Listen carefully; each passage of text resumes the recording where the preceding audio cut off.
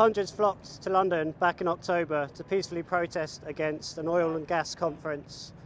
This peaceful demonstration aimed to highlight the terrible consequences of the everyday business of fossil corporations. These corporations are destroying and destabilizing the climate and the biosphere and the very living conditions we humans depend on to survive. They have displaced and destroyed countless people's lives and livelihoods.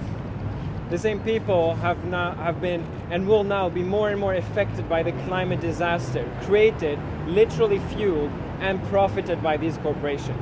These extreme weather events are already leading to famine, poverty and conflicts, and the destruction of not only invaluable ecosystem but also the entire countries and communities.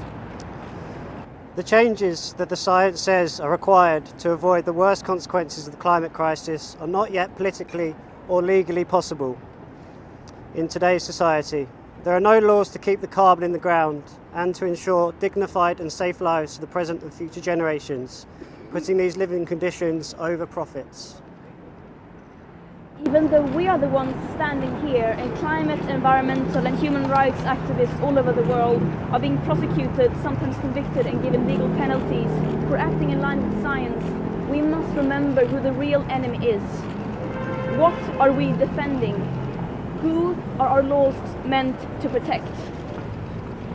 Laws are now threatening the right to protest and therefore all of people's rights all over the world, but especially in the most affected people and areas.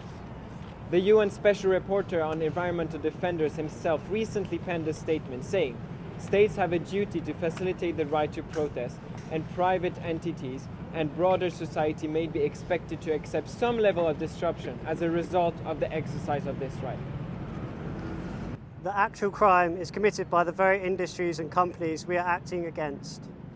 This will still be true if the world locks up all climate activists. We have the truth on our side and we have morality on our side. In this time, this will be revealed.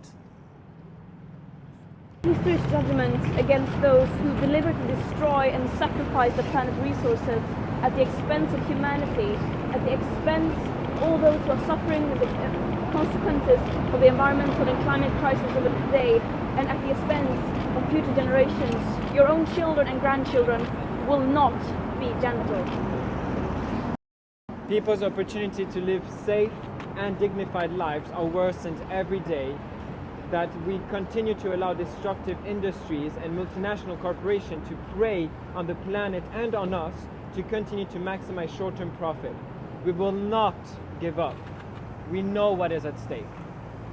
Thank you. Thank you.